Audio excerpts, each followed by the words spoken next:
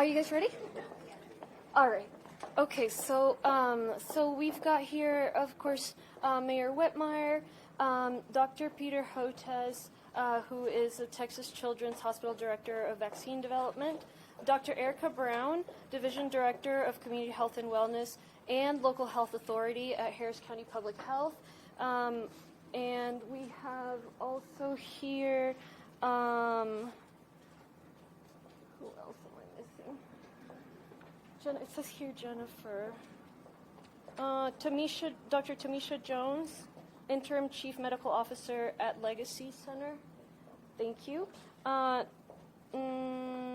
Dr. Stephen Brass, Executive Vice President and System Chief Medical Executive at Harris Health. Dr. Purse, of course, the Local Health Authority for Houston. Mr. Stephen Williams, Director at Houston Health Department. And Jennifer Kiger, who is our head of epidemiology at Harris County Public Health, Dr. Singh, Chief Medical Officer at Texas Children's Hospital. And there are other folks. Leah Barton here is the director of our Harris County Public Health Department. So some of us are going to speak, and then everyone's available for questions. And we really have a wealth of information here. So thank you all. Thank you, Mayor, for your partnership, for being here. And let me get started. So we've all heard about the measles outbreak in West Texas. And if you talk to any of these doctors, you'll see that up until recently, a lot of doctors had never encountered measles. Certainly those that have been practicing most recently, it was something that a lot of us had barely heard about. Prior to the 1960s, 1980s, around 1 in 4 people with measles used to end up hospitalized. Now, most of us were vaccinated when we were children, and that's why we don't hear about measles. Measles was very, very contagious, and so I said the rate of folks that were hospitalized, each person with measles used to be able to infect 18 other people. So to put that into context, a person with COVID used to infect on average 3 other people. So just imagine what it was like before there were vaccines with a virus that was so contagious, and the fact that we really don't hear about it, don't deal with it. That's because of the vaccination efforts that took place after this, around the 60s and for a couple decades after that. So what is measles? And folks here will explain what are the symptoms that people need to look for and to go to their primary care physician. But it's a very contagious respiratory disease. So if somebody coughs or sneezes in a public setting, the virus itself lingers. The virus remains alive for up to 2 hours, and that makes it particularly infectious for up to 2 hours. That might just sound, okay, respiratory issue. Could it be like a bad cold or the flu? Why should we be worried? But it can lead to people, 1 in 4, get sick enough that they need hospital care, and there can be very, very serious complications that the doctors can explain as well.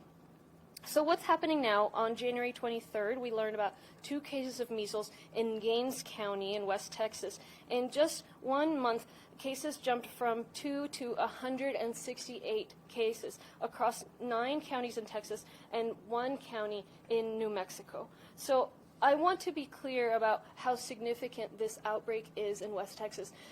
It is not normal to have an outbreak like that. This is not something that we see in the United States, something we have not seen in decades. And so in past instances of cases in the United States, we may have 100 or a couple hundred, but they'll be spread out. It's not an outbreak where that virus is spreading from community member to community member. It'll be isolated people who have come back from traveling, who maybe were not vaccinated and have brought the virus, but that virus doesn't spread because those around them are vaccinated.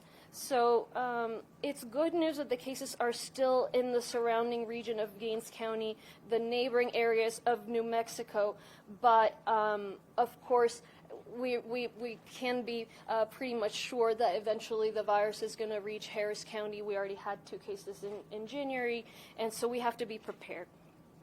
The data shows us the vast majority of the people who have contracted the virus in this outbreak were either not vaccinated or of unknown vaccination status. So that tells you the good news, which is we have a way to fight against this virus. We're very fortunate there are currently no active cases in Harris County, and that measles is a completely preventable disease. We can prevent this from becoming any kind of emergency here in Harris County if we're proactive and make sure everybody's vaccinated.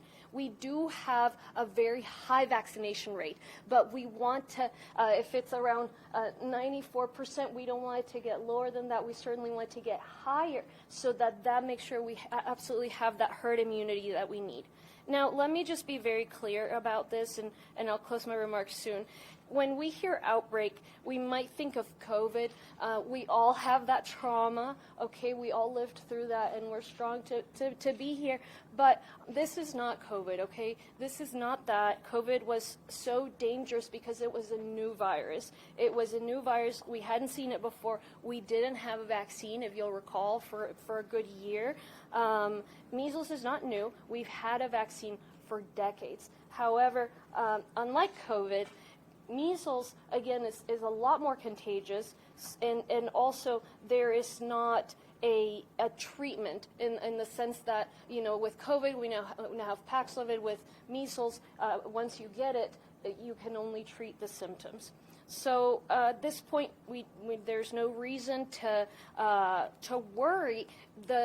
The call to action is we need to get vaccinated and just take that additional step if our kids are not vaccinated or if we ourselves are not. So we're hosting a weekend of action this coming weekend, and all of us here are really pushing for that. Harris County, City of Houston, we're working with the community, with Legacy Public Health, Texas Children's Hospital, and doing that push for vaccines. We have also talked to our healthcare providers around the county to make sure that they're vigilant in recognizing measles symptoms and following proper protocols. There are mobile immunization trucks that Children's Hospital here will talk about in a little bit so that we can get vaccines in areas with lower vaccination rates. If you were born in the U.S. after 1968, you probably have the measles vaccine. I mean, really, around the world, most countries, this is under control. But if you're not sure, just check with your provider. They can test to see whether you had the vaccine. You may want to get a booster. And then, of course, for children, any child over 12 months of age should be getting the vaccine. So they should get the first dose after 12 months and the second dose between ages 4 and 6. So there's a way for you guys to get appointments. If you have a primary care physician, please go to them for the vaccine. If you feel symptomatic, please go to your physician to check out those symptoms. Don't go to an ER, an urgent care that might be crowded, again, because of how contagious the virus is. And if you don't have health insurance, don't have a primary care physician, your child doesn't have health insurance, for whatever reason you don't feel comfortable going to the hospital, visit readyharris.org. Our Harris County Public Health Department, Houston Health Department, and other organizations like Legacy will offer vaccines free of charge for those. So readyharris.org, we have a map and we have information on the resources, and we're working on a call center. So let me pass it on here to the mayor. I'll repeat my remarks in Spanish after that, but I want to make sure folks know this is completely in our hands. We have no active cases right now. We've got the rodeo coming up. We already have to worry about floods and hurricanes and derechos, it turns out. So let's not worry about measles as well. Let's just enjoy our times and make sure we get those 12-month-olds vaccinated, and those, if there's any of you who are not vaccinated, that you get that done. Mayor. Thank you, Judge, and thank you for your leadership and the collaboration, because we know a virus does not respect county lines, city limits. Definitely, we're all in this together. The remedy for everything we're talking about today, the judges has articulated our concerns. The remedy is being vaccinated. And if you have any doubt under your circumstances of have you been vaccinated, take the precaution of being vaccinated. The City of Houston is aware of the circumstances. We've reached out to all of our stakeholders. The Health Department last weekend provided an outreach program. We're discussing it daily, and we believe that if everyone will get vaccinated, anyone that can hear my voice, make certain you're vaccinated. Make sure your family members, and you will be protected from this virus. I want to, with the judge's consent, yield to my health director, who is monitoring this with our health department around the clock. We're very fortunate in the City of Houston, no detection of an infected resident. That's very important to emphasize. At this time, no one inside the City of Houston has been detected. The West Texas incidents, primarily from travel and lack of individuals being vaccinated. That's not the case here in Houston, and certainly the judge speaking for Harris County and our region. So let me yield to Steve Williams, the Director of Health, who he and his staff, all hands on deck. We're communicating. Go to your primary care provider. If you do not have one, talk to the City of Houston, and we will give you that outreach capability. Steve, would you please give us a status report? Thank you, Mayor. My focus is primarily going to be on what we're doing from the Houston Health Department's perspective. We're primarily focused on prevention. We've been participating in weekly calls with our regional and state partners. You might also know that we're testing for measles through our Wastewater Surveillance Center of Excellence. We currently monitor 36 wastewater treatment facilities and 48 manholes for measles. We're going to start monitoring schools with low vaccination rates, several shelters, nursing homes, and 2 jails for measles. In January, measles was found in a wastewater sample that came from a wastewater treatment plant serving an area where 2 confirmed travel-related measles cases were found. And in response to that, we notified impacted groups. We put out a health advisory. We interviewed people that had a level of exposure, provided education, and quite frankly, thankfully, there were no cases that resulted from those initial cases. In response to this situation in West Texas, we've provided measles education to more than 500 medical providers in a town hall just last Friday. We also held a measles vaccination clinic over the past weekend. We're really updating our employees on measles so that we can have a common message when we're talking to people. We're also working with local providers, Texas Vaccine for Children providers, our adult safety net providers, asking whether or not they're actually open for walk-ins, whether or not they're willing to reduce their fees and accepting new patients. Part of this is to increase access to vaccinations, because government, quite frankly, can't really do it all. We need to be in partnership with all of our medical providers. But maybe more importantly, we're really focusing our outreach efforts on schools and various independent school districts with low vaccination rates and daycare facilities. We actually know where the low vaccination rates are, and so we're targeting them. We've notified local hospitals and provided applicable communication and health education. All of our information and messaging will be available in multiple languages. If you're a provider and would like more information or to be included in our next town hall, we ask that you call 832-393-5188. Or for the general public, if you have questions, just give us a call at our call center at 832-393-5427 or visit our website at houstonhealth.org. This site will be updated regularly and will have useful information like finding a provider, guidance on vaccines, signs, and symptoms. Thank you. And let me call up our local health authority, Dr. Brown. Thank you, everyone. Good afternoon. So in partnership with Houston, we too want to make sure that the vaccine is accessible to all. You can reach out to us through our website, and also we'll be out on readyharris.org. But it is imperative that those who are able to get vaccinated do so, because the disease is completely preventable through vaccination. I do want to take a moment to go over some of the signs and symptoms, just in case someone may think that they've been exposed. So high fever is one of the cardinal symptoms. A rash that starts from the face or neck and works its way down, that feels more like a sandpaper rash and looks like a blotchy red rash. Conjunctivitis, which is tearing of the eyes and redness of the eyes, a runny nose, and perhaps some spots in the back of the throat may be symptoms as well.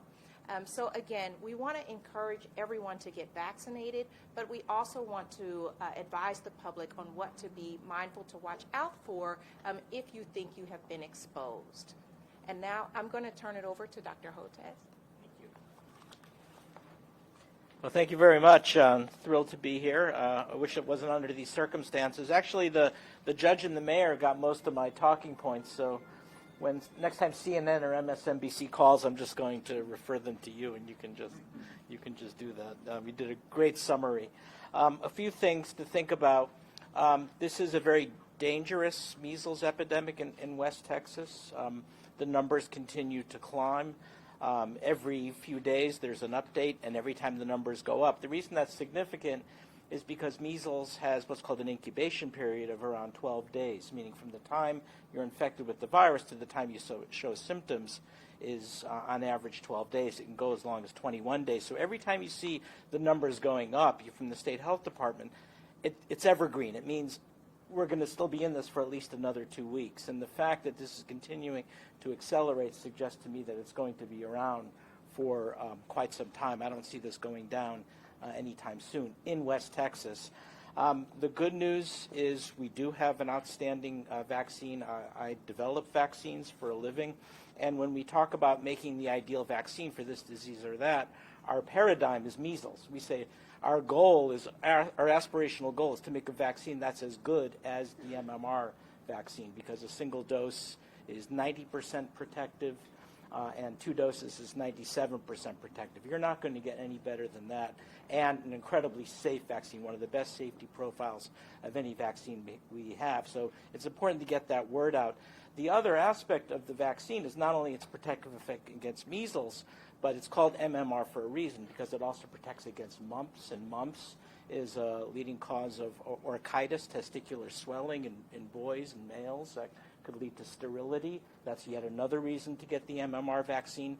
And the R is rubella, which causes German measles, but the one you worry about the most is called congenital rubella syndrome. If a pregnant woman is unfortunate enough to get rubella, their child could be born with profound birth defects, including heart defects, deafness, intellectual disabilities. I've seen only a handful of congenital rubella cases and blindness. I've seen only from cataracts. I've seen only a handful of congenital rubella cases in my time, and you never forget them when you see them.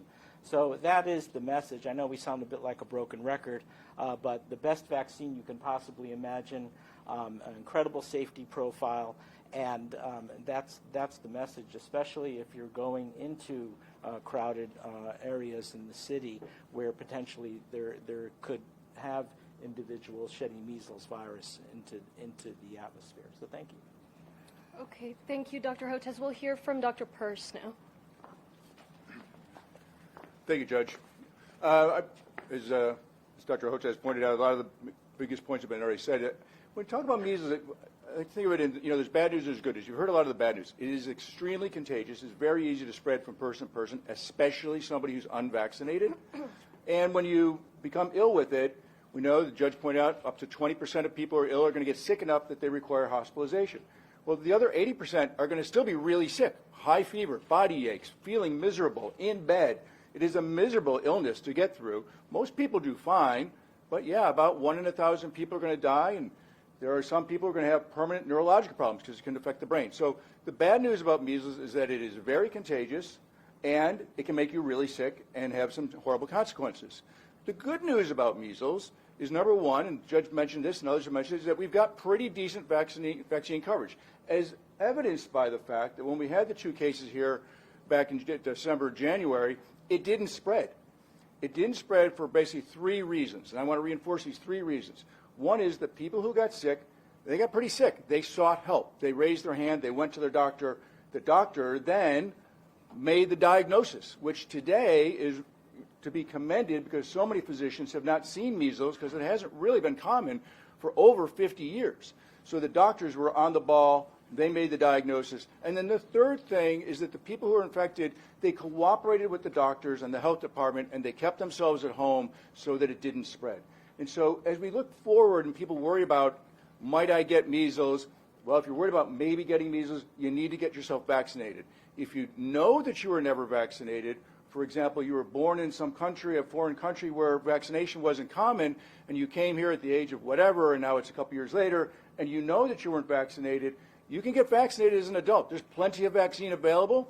We've already talked about ways that you can vaccinate it. If you're not sure, you don't know, you think maybe, but you don't have your vaccination records because that was a long time ago, that's fine. You can still get vaccinated. Even if you were vaccinated as a child, you get vaccinated again, it's not going to hurt you.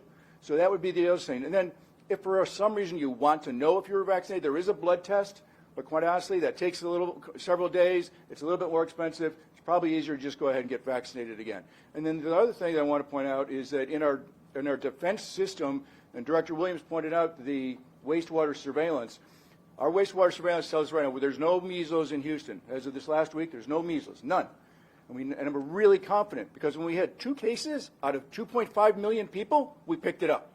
That is an extremely sensitive way to detect if there's measles. So right now is not the time for anybody to get overly excited. It is not the time for anybody to get scared. It is the time to get smart, consider your situation, and if you need to get vaccinated, get vaccinated. If you have a family member that you're particularly worried about, they've got a chronic illness, they've got an immune system problem, they're vulnerable for whatever reason, remember, when you're ill with the virus, the person you're most likely to spread it to is a family member.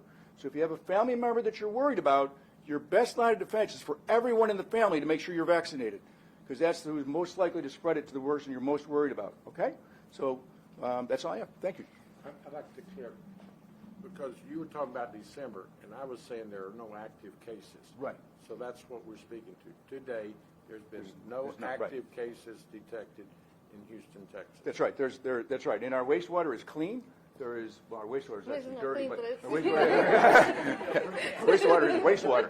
But there's no measles virus, and there hasn't been since back December, January. Who were travelers.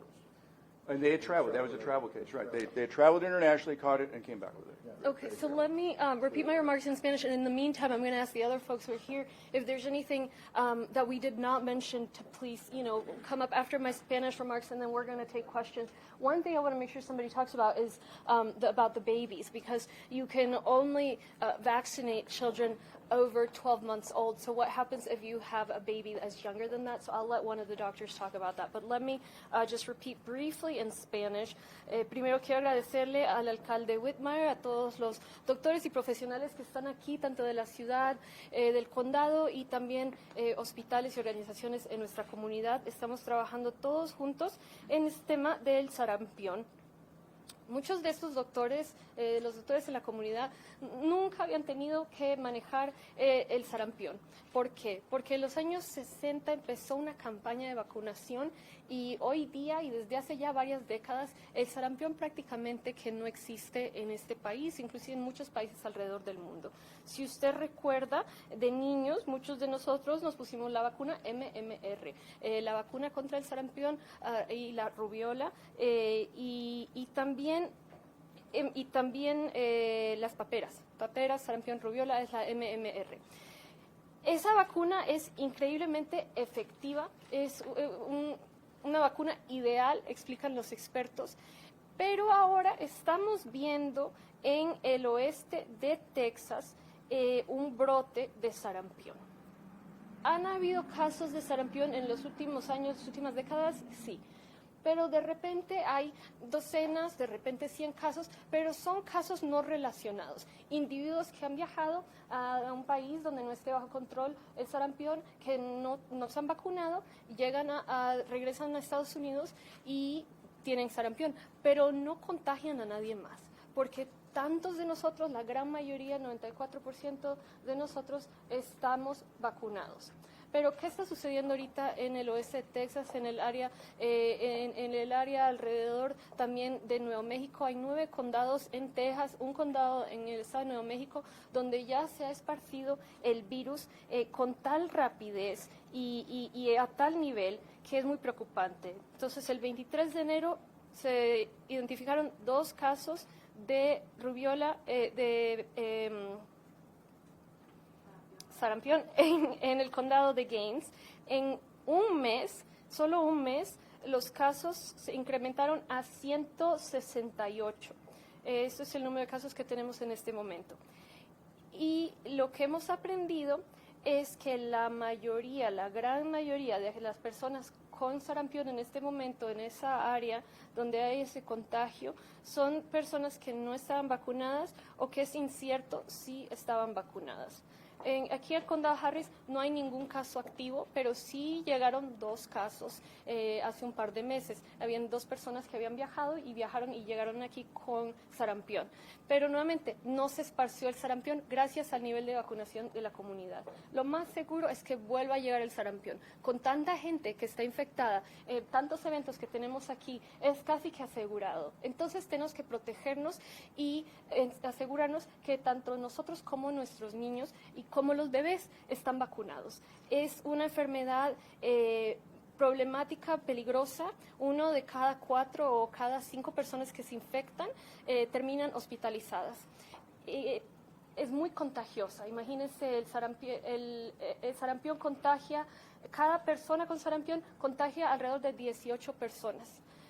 Comparando con el COVID, cada persona con COVID contagia alrededor de 3 personas. ¿Por qué? Porque el sarampión permanece en la atmósfera, permanece vivo alrededor de 2 horas. Entonces, si estamos aquí, digamos que yo tuve sarampión, estornudo, nos vamos, y usted llega en 2 horas, lo puede contraer. Entonces, es por eso que la protección es la vacuna. Entonces, si usted no sabe si está vacunado, siga adelante y vacúnese. Si sabe que tuvo la primera dosis, no ha tenido la segunda, también contacte a su doctor de familia. Si empieza a sentir los síntomas, que es los síntomas normales de un resfrío, pero también con un brote, también de repente con unas marcas a la parte de atrás de la boca. Si empieza a sentir algo de eso, esa fiebre, esos ojos llorosos, vaya a su doctor individual, intente no ir a una sala de emergencias ni un sitio congestionado, porque nuevamente es muy contagioso el virus. Y si usted no tiene doctor de familia, si usted no tiene seguro médico o su niño no tiene seguro médico, venga a que nosotros lo vacunemos, tanto el Departamento de Salud de la ciudad como el Departamento de Salud del Condado Harris y otras organizaciones sin ánimo de lucro. Ofrecemos vacunas sin costo alguno a tanto adultos como a niños. Puede encontrar la información en readyharris.org. Entonces, en conclusión, es la hora del rodeo. Es hora, ya casi viene el spring break, es hora de disfrutar. Tenemos aquí en Condado Harris huracanes, tenemos inundaciones, tornados, el tal derecho. No le sumemos ahora sarampión. Entonces, a vacunarnos los que faltamos y bueno, también inviten a sus familiares y amigos a que hagan lo mismo. Okay, so let me give an opportunity to speak. Are these folks that are going to speak? Okay, so Dr. Singh with Dr. Sapna Singh with Texas Children's Pediatrics. She's the Chief Medical Officer. And so she will speak, and then we'll have Dr. Tamisha Jones, Interim Chief Medical Officer at the Legacy Center. So let's hear from Dr. Singh. Thank you. You know, as a mom and a pediatrician, all anyone's been speaking to me about for the last few days, I'd probably say even last few weeks, has been measles and measles infection. And that makes sense considering the person that you should be speaking to if you have concerns is your pediatrician or physician. You know, I understand the anxiety and I understand the concerns that are out there. And I'm here to give you good news. I'm here to give you great news, actually. So one of the things I want you to be reassured about is if you've had 2 doses of the measles vaccine, you are 97% immune. That's great news. You're protected. If you've had even 1 dose, you're at 93% immunity. And so for your family, your child, that's still really good news. Now, what if you're not vaccinated or you're not sure if you're vaccinated? Still have really good news, and we are here to help. As part of the call to action, Texas Children's Pediatrics, through our clinics, as well as our mobile health clinics, is going to be helping to get you those vaccinations. Including this weekend, so starting this Saturday, March 8th, from 8 a.m. to 12 p.m. at our Texas Children's Pediatrics Westwood location, we will be offering the MMR vaccine if you have not had your first dose and are over the age of 12 months of age. This will continue next Saturday, March 15th, again from 8 a.m. to 12 p.m. at the TCP Westwood location. We're also going to provide vaccinations through our mobile health clinics, and you can find the location of our mobile health vans online, and we will be able to have you also make an appointment to set up that MMR vaccine online as well. This is the time, as everyone here has said, not to panic. This is the time to prepare, and it's to boost prevention in the community. That is how we're going to effectively protect our children and our families. Texas Children's is here. We will offer the vital help and resources, especially to those in need. And for children out there, please be reassured, your pediatricians want to hear from you. This is what we live for, is protecting kids. Thank you. Thank you. We'll now hear from Dr. Tamisha Jones, Interim Chief Medical Officer at Legacy. So at Legacy Community Health, we are proud to take care of Houston's community, regardless of the ability to pay, and measles and vaccination against measles is no exception. We've also heard the call to action as our friends at Texas Children's Hospital, and so we also will be holding an event this Saturday, March 8th, from 8 a.m. to 2:30 p.m. at 2 of our largest locations, one of which is in Southwest Houston. That is at 6441 High Star. Again, 8 o'clock a.m. until 2:30 p.m. The second location will be in our 5th Ward community, and that is at our Lions Clinic. That is at 3811 Lions Avenue. Same hours, 8 o'clock to 2:30 p.m. for children 12 months to 18 years old, especially those who are Medicaid, uninsured, underinsured. What we do at Legacy is we take care of our entire community, and we are happy to do so. You can reach out to us at our website, legacycommunityhealth.org, for more information on how to keep you, your children, and your family safe. Thank you. Would anybody like to comment on the babies up to 12 months old? I'd be happy to. So the concern for the children who cannot be vaccinated, which currently most children under 12 months of age are not able to receive the first vaccine. The under 6 months of age cannot get the MMR vaccine, and so our recommendations as pediatricians is avoiding large crowded places if you're unsure of who might be there, not coming in contact with somebody with a known measles exposure or known measles infection, and to delay international travel because there are cases arising from that travel to other places where there may be outbreaks. There are special circumstances for the 6 months to 11-month-year-olds, and if you go to the CDC website, they actually have those guidelines.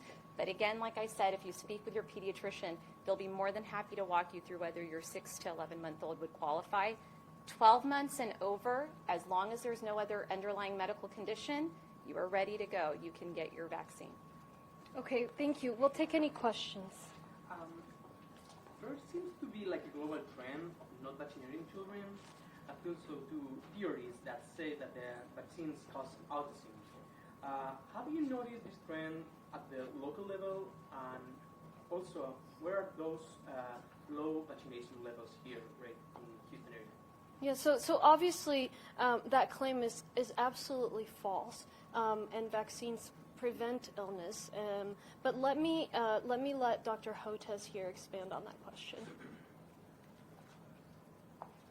Sure, thank you. I got involved with going up against some of the anti-vaccine groups because, as you point out, the original assertion was that vaccines, beginning with the MMR vaccine, leads to autism. And I got involved with it because I not only make vaccines, but my youngest daughter, Rachel, who's now an adult, has autism and intellectual disabilities. And I wound up writing a book called Vaccines Did Not Cause Rachel's Autism, which goes into the details showing not only massive evidence showing none of the assertions are correct. And one of the things the anti-vaccine groups do is they keep on moving the goalpost. So as soon as you debunk one of their assertions, they come up with something else. So the original assertion in 1998 was a false claim that the MMR vaccine causes autism. There were large cohorts. First of all, the paper was shown to be fraudulent and retracted. Second, there were large cohort studies to show that kids who get MMR vaccine are no more likely to acquire autism than kids who don't.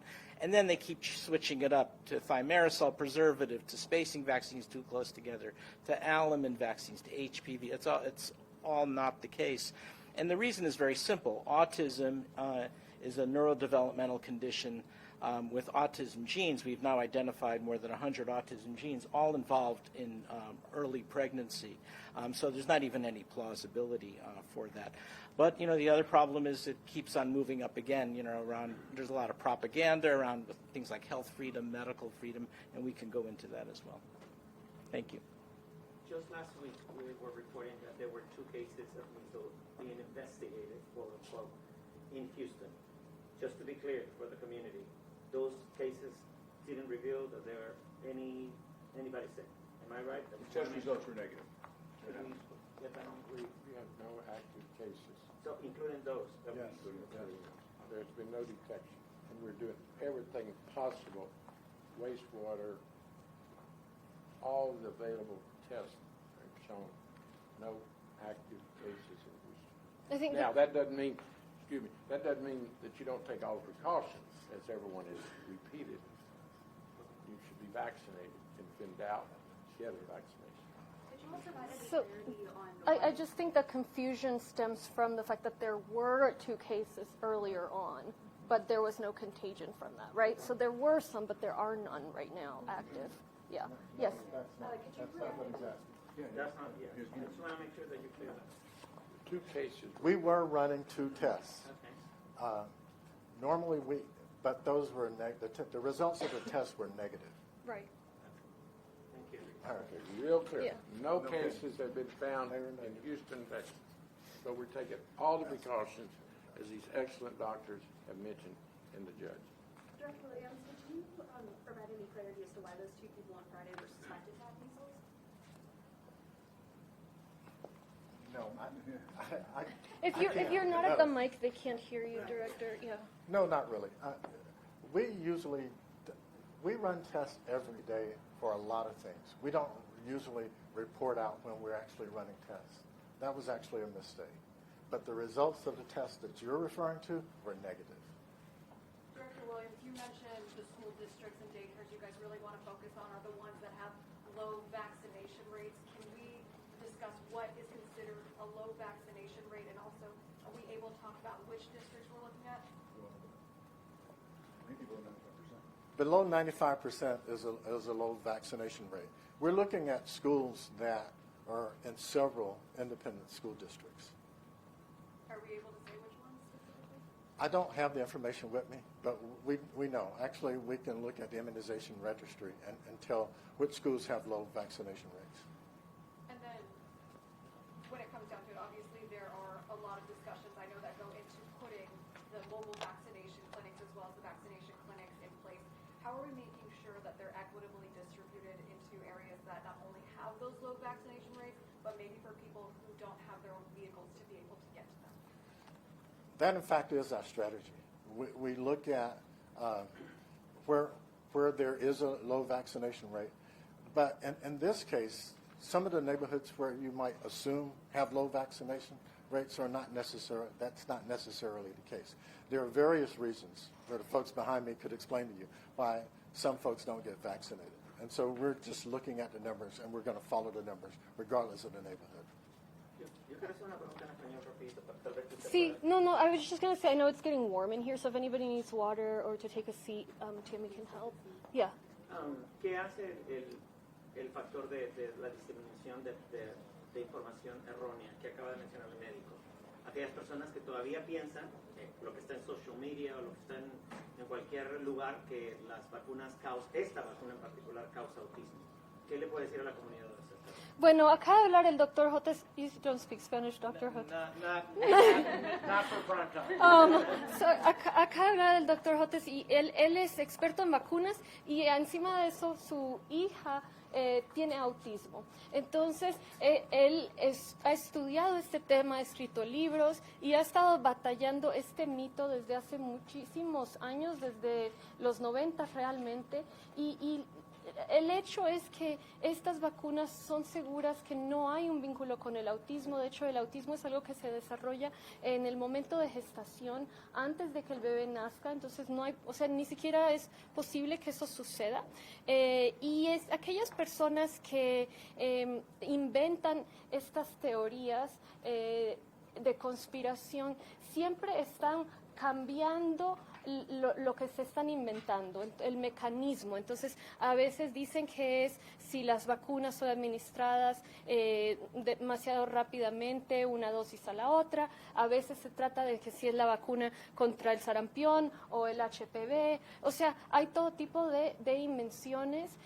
Lastimosamente, hay personas en la comunidad que son vulnerables a creer esas historias, pero la realidad es que el sarampión ha estado bajo control por décadas. Gracias a esta vacuna, hoy día estamos viendo ese brote de casos en el oeste de Texas y son personas que no se han vacunado. Entonces, invito a todos, por favor, que se vacunen. And Dr. Jotes, he was talking about the misinformation that is going on, so maybe you can add that in English as well.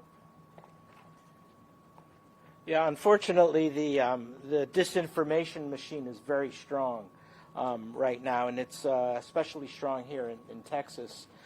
We even have an anti-vaccine group that gets PAC money, Political Action Committee money, here in Texas, and that accounts for, unfortunately, for a steep rise in the number of parents, not so much in Harris County, but other parts of the state, requesting non-medical exemptions. And as a result, we're getting these pockets of low vaccination coverage in the state of Texas. So in Gaines County, where the measles outbreak began, that vaccination rate is under 90%. And measles is a great exploiter of low vaccination rates.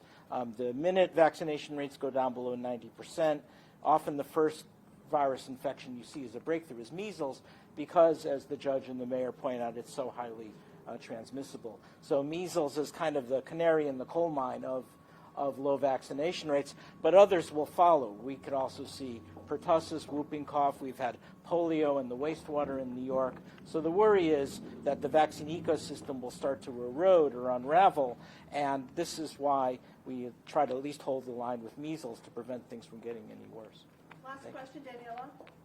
Yes. Okay, so the CDC obviously today has already mentioned that they will be helping West Texas. Here locally, have you guys had any conversations with the CDC? And obviously you guys have mentioned and reiterated we have no cases currently in Houston or Harris County, but have those conversations been streamlined? Any of those conversations been happening? I'll just mention one thing and then allow my department director and health authority to make any comments, and that is and the availability of vaccines. We have a well-oiled machine in terms of if anybody is running low on vaccines, we can request more from the state and then the federal government. So in that sense, that coordination remains very, very strong. I personally have not spoken to a CDC representative. I did during COVID, but obviously this is not at that level. So do you have anything to add, Director Barton or Dr. Brown? Yeah. So, So we are in direct contact with the state because of the outbreak in the state of Texas. With regard to the CDC, we have not had direct contact with them, but as the judge said, vaccine is readily available for distribution throughout the state of Texas. Okay, thank you so much.